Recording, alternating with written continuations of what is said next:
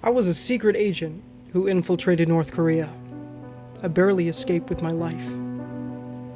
By CIA Herpes. Part 1.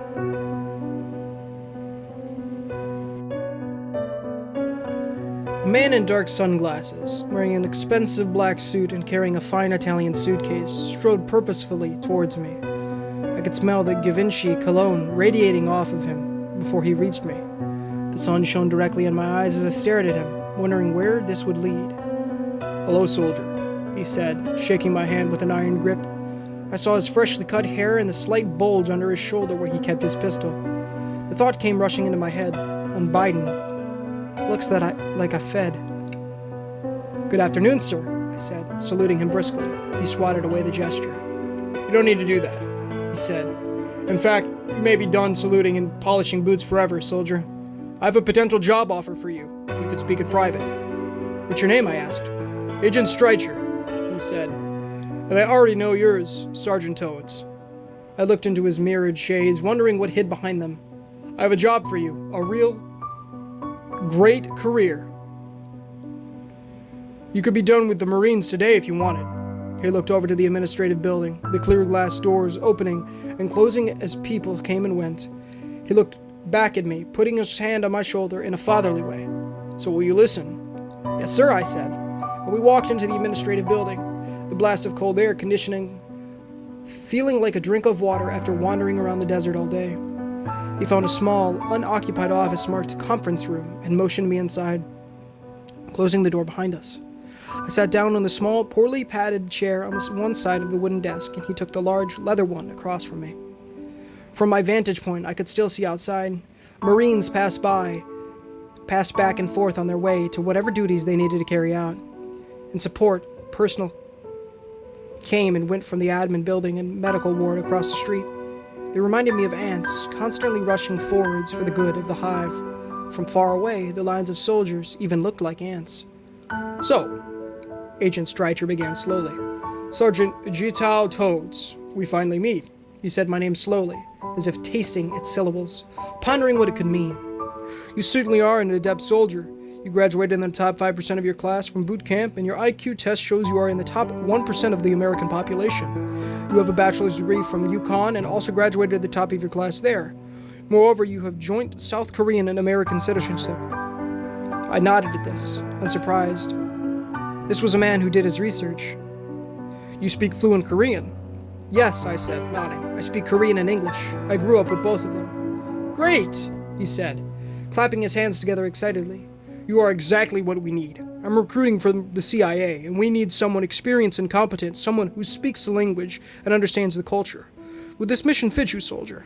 What do you think?" "I don't know," I said truthfully. It felt like this entire encounter had come out of nowhere. It had an unreal quality to it. I couldn't believe the CIA actually had an interest in me. "You won't be alone," he said quickly. "We have another, more experienced agent who would accompany you." I just stayed quiet. He pulled out a contract, showing me a paragraph marked with a handwritten star. "This is a one-time offer, Sergeant Toads. Either you sign now, or you will never see us again." He pointed at the marked photograph. I grabbed the contract, spinning it around and quickly reading it. The section he had marked to discuss compensation, $70,000 a year, plus hazard pay, as well as potential bonuses for dangerous assignments. This was far more than my salary as a sergeant for the Marines, which was laughably small. "Okay, fine, I'm in," I said, smiling slightly.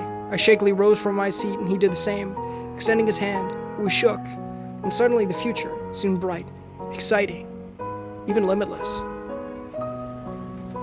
I had 18 months of training after that, and then assumed the title of Agent Toads, an operations officer for the company. My new partner, a gruff man with a thick southern accent, didn't speak much or reveal anything about his past. For my first assignment, I was told to go to a small office on the topmost floor of the building. I walked in, seeing a man standing there next to the desk, a file in hand. I looked him up and down, seeing a muscular gym rat with blue eyes, a tan complexion, and very dark hair. He didn't smile, his stony face just observing, seemingly seeing everything. In his black suit, standing 6'3", he made an imposing figure. "I'm Agent Toads, sir," I said, stepping forward to shake his hand. He quickly looked away, pretending not to notice it, and I put it down. "Yes, I know who you are," he said. Cut the sir crap. My name is Agent Hudson, or Mark. Since we will probably be killing people together, I assume we should start on first-name basis, right, Gentile? A slight smile crossed his lips, a smile that didn't reach his cold blue eyes.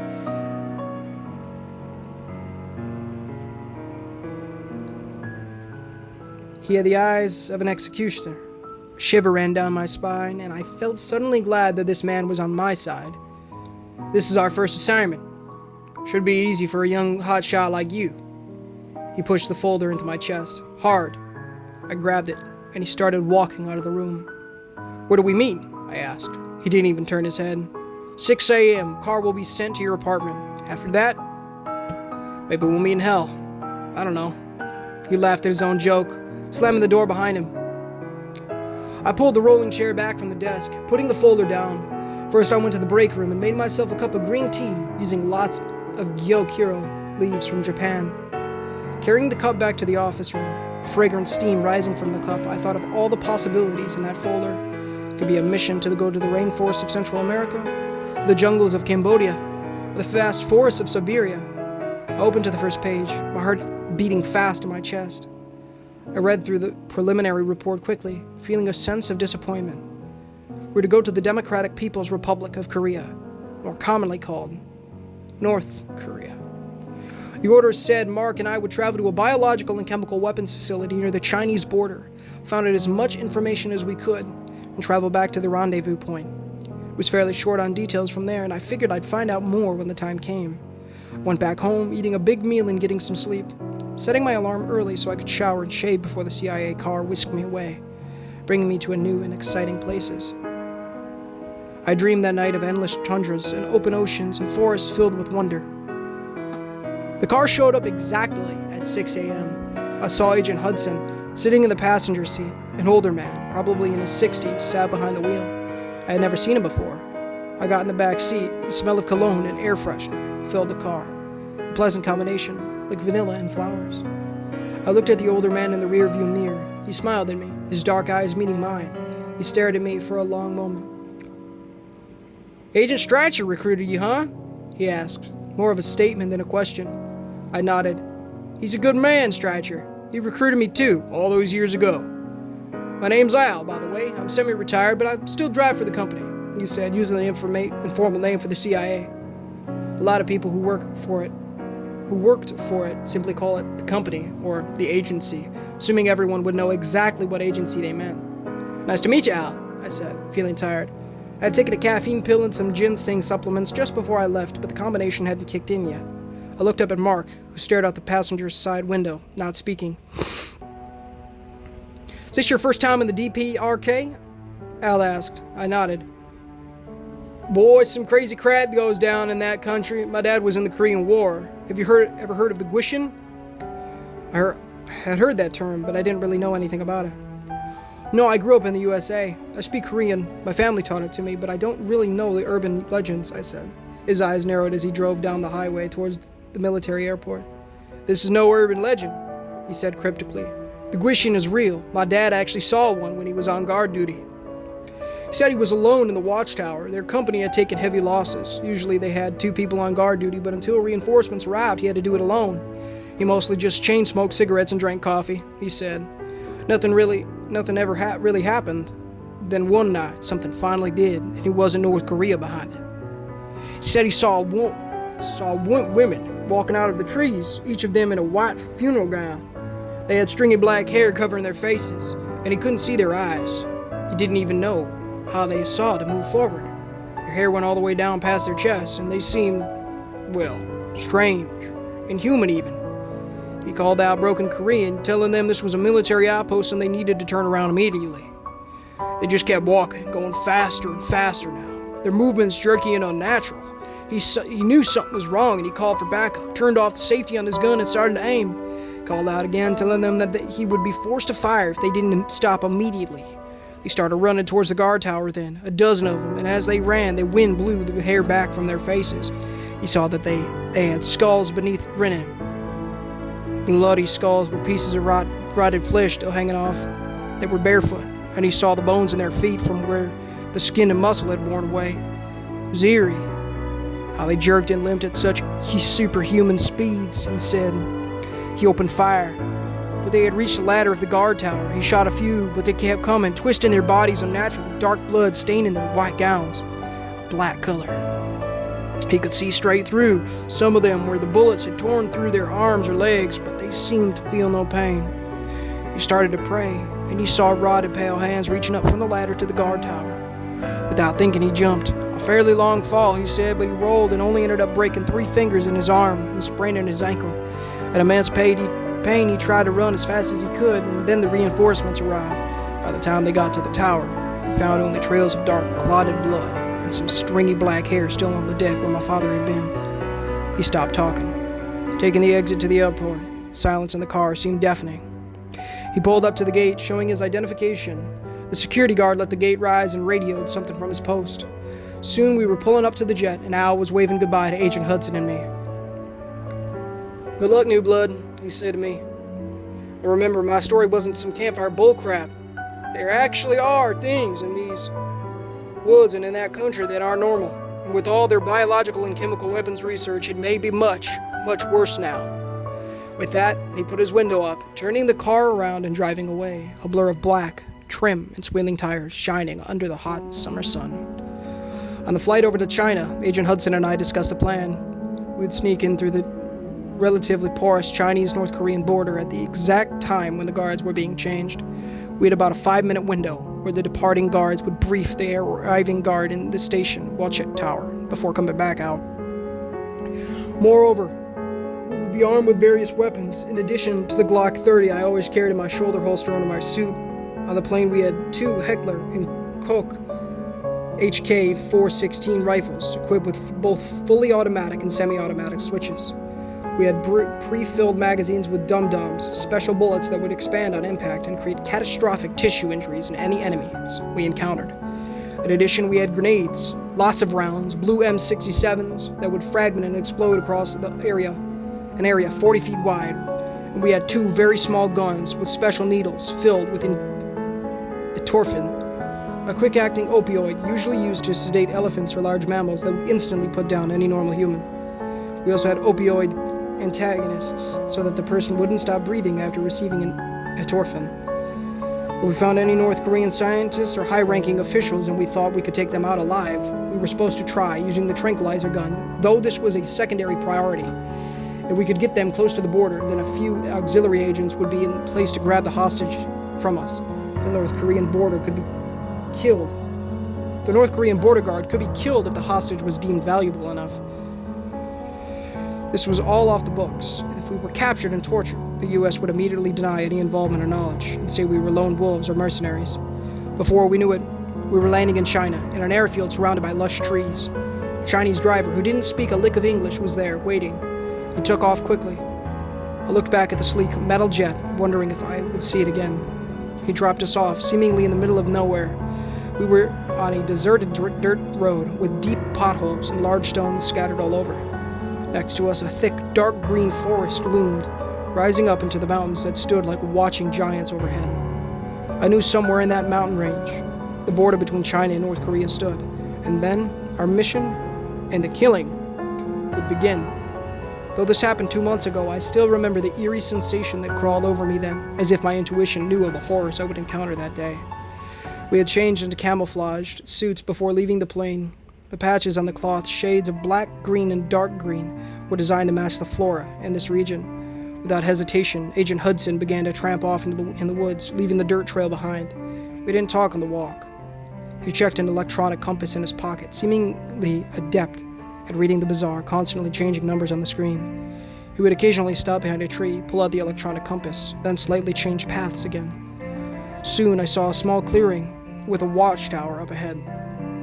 Looking to my left and right from our vantage point, high in the mountains, I saw more watchtowers peeking up from the North Korean terrain. They went on as far as the eye could see, spaced out in the thick forest, their tops rising above the trees like snakeheads rising out of a pit. "This is the crossing point," he whispered. "Be ready for anything." I nodded grimly, and we walked forward. I took out my binoculars, and I saw the shape of a man on top of the tower. I was about to motion to Agent Hudson, but he had already seen it. He peered through his binoculars, frowning. Should we cross if there's still someone up there? I asked. I thought this was supposed to be the changing of the guard. He looked at me strangely. Look again, he whispered. I took out my binoculars and really inspected the figure. Though in the dying light of the day, it was hard to make out details, but after 5 or 6 seconds, I had seen and realized enough. The man wearing a North Korean military uniform had been crucified against the watchtower. His eyes cut out and his skin peeled off. Someone must have skinned him alive and then put the uniform back on his mutilated body. We walked forward slowly, our HK-416 rifles raised. Soon we reached the watchtower and found no one around it. We walked slowly up the stairs, making as little noise as possible, expecting an ambush. I came to the top of the tower and found the man's corpse, with thick nails driven through his wrists, and ankles. He hung from the wall around the topmost room of the tower, his head drooping. I saw letters written behind him in Korean, thick lines of black paint, and I looked. And behead a pale horse, and his name that sat on him was Death, and hell followed with him. That's the book of Revelation, Agent Hudson started to say, when the corpse twisted violently and inhaled. The muscles on its skin body writhed as it pulled against the nails, sending thick gouts of blood streaming down from its body, snapping its teeth, its lipless mouth opening and closing with loud clacking sounds. It tried to lunge at me. Instinctively, I backed away, with the nails driven deep into the thick wood. It kept the corpse attached. Oh gosh, I whispered, pulling out my pistol and pointing it at the head of the writhing body. No, Agent Hudson said, his voice fierce and commanding. Don't fire any guns unless necessary. That sound could draw attention. It could draw the whole dang North Korean military. Just leave it there. We have a mission after all.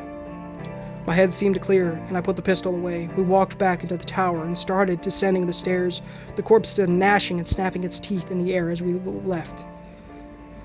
Our plan was to go straight to the biological weapons laboratory after moving through the Chinese-North Korean border, but our plans went quickly awry when dozens of North Korean soldiers ran by in their brownish-gray uniforms.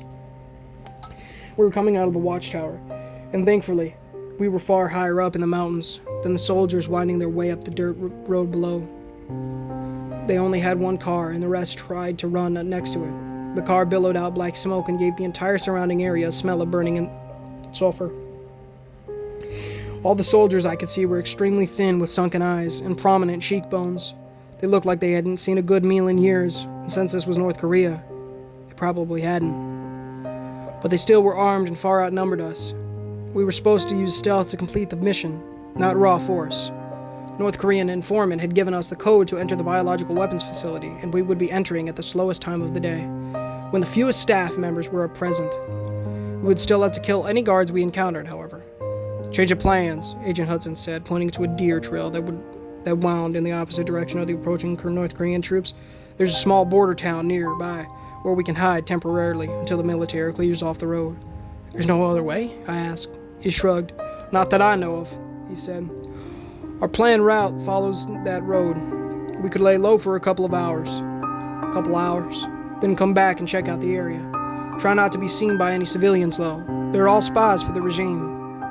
These people turned in their own neighborhoods for an extra bowl of rice. Heck, half of them are eating snakes and rats and grass just to survive. They probably earn $1,000 a year at most. They would bring us right to the torture chamber if they caught sight of us.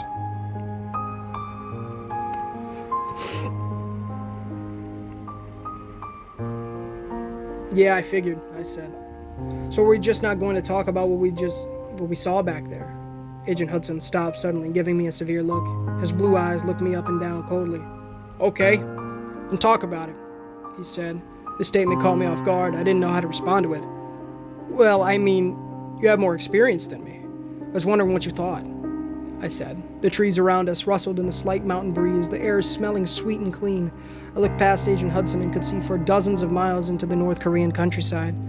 Quaint, small villages dotted the landscape with dirt roads snaking their way through the thick trees.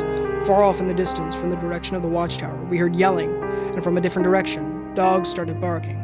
Ah, crap, Agent Hudson said. Let's pick up the pace. They have tracking dogs, I think. I don't know if they'll pick up our scent and follow us, or whether they'll catch the trail, or whoever actually did that. Horrible crab skinning the man alive and all that, but our trail is fresh, so I'm not liking our odds. He began to speed walk, pulling out the electronic compass and reading it as he went. From our view, high up on the mountain, I could see a little town not far away. Agent Hudson did too, and he quickly pocketed the electronic compass. Okay, I know where we are, he said. Don't need that anymore. So are you going to answer my question? I asked. He walked fast beside me, breathing hard, a slight sheen of perspiration showing on his face. I don't have an answer for you, Gentile, he said calmly.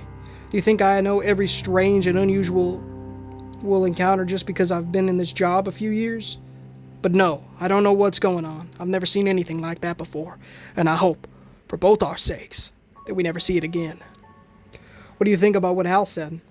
About biological and chemical weapons? I said. Do you think maybe they tested out some new agent and it got out? I think that the most likely answer is that the man we saw wasn't actually dead. He might have looked dead when we first got there, but I've seen lots of people who looked dead and weren't. Even being skinned alive, you can live for a while. Maybe he was in a stupor or a catatonic state from all the pain and shock he must have suffered. Maybe they gave that soldier some drug or chemical agent so he wouldn't feel pain. But it's not like we saw Lazarus rising out of the grave. In my book, all we saw was a dying, crazed man nailed to the wall. He stopped speaking, the dog sounding much closer now. We had almost made it to the village. It looked fairly empty, though I saw a feral-looking, extremely skinny cat skulking around a nearby residence. As we entered the town, I realized just how dilapidated and shoddy the small houses and huts here looked. The one on the edge of the forest with the cat in the yard literally had holes in the roof, and the windows were broken and covered over with paper. No power lines ran to any of the houses. I thought to myself how cold and miserable the winters must be here, without electricity or central heating. As if on cue, an old woman came hobbling out of the house, stooping down to pet the cat. She looked tiny, no more than 5 feet, and had an old-fashioned red sateen dress covering her thin, shaking frame. She looked up at us with bleary eyes, the whites looking like yellow jelly. She had a hunchback look and took small, tottering steps as she leaned heavily on her wooden cane. After staring at us in surprise for a few long moments, she smiled, showing her few remaining teeth, spread out in her mouth like lone sentries scattered across a war zone. Are you with the tour group? She asked in Korean. I immediately answered, smiling.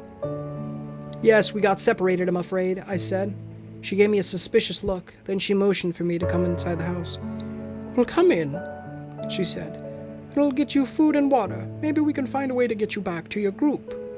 That'd be wonderful, I said. Agent Hudson understands some Korean, but not much. I translated the conversation for him, and he grunted in assent. I'm not eating any of this dang North Korean food, he said. It's probably all cats and dogs. Didn't you know the North Korean government put up posters all around the towns saying to eat dog meat in summertime because it cools you down? In reality, they just wanted free food for their people, and slaughtering wild dogs is one more way to give it. I followed the old woman through the battered, cracked front door of the house. Inside, I saw a home that only someone in extreme poverty could love. A dirty, chipped table stood in the middle of the kitchen. A fire roared in the collapsing fireplace. Most of the bricks that composed it were either loose, fractured, or missing entirely. Above the fire, I saw a black metal pot. There was an odor of rotting wood and mold. I also smelled something strange coming from the pot, a smell almost like green tea. I walked over and looked in, inhaling deeply. In the boiling water, I saw only grass clippings and a dead snake being cooked together for a disgusting broth. I looked up sharply at the woman who didn't seem to notice my revulsion. You eat this? I asked the old woman, who smiled wanly. We catch snakes, or rats to eat. We do, she replied. Otherwise it is just grass and rotten cabbage from the government, along with powdered milk sometimes, or rice. But you can't count on the rations coming in. They've been cut and then cut again until we feel constantly hungry. What's your name? I asked. Hee-Jin, she said, bowing curtly. I wondered whether this woman was a friend or a liability. I certainly didn't want to kill her, and I also didn't want to risk her running out to inform the authorities of our presence immediately after we left. I could see these same thoughts passing through Agent Hudson's mind, his face turning stony as he looked down at her. I'm Jin Tao, and this is Mark, I said purposefully, not giving her our full names. Have you seen anything strange around here lately? We found a corpse in the woods that appeared to be not fully dead. Her eyes widened at this, and she uttered a short gasp. We had that during the outdoors march, the famine that killed millions," she said. "Some of the people who starved came back, and they were rabid, biting, totally insane. Nothing was left of their humanity. They were just agents of hunger who went around eating the living." "And what about the line?" And I looked and beheld the pale horse. "Have you ever heard that before?" I asked. She broke eye contact, looking down and to the left, hesitating for a long moment. "No, I'm sorry," she said. "In North Korea." Oh. In North Korea, Bibles could get you a death sentence or life in a concentration camp, so I doubted if she would have known the reference anyway.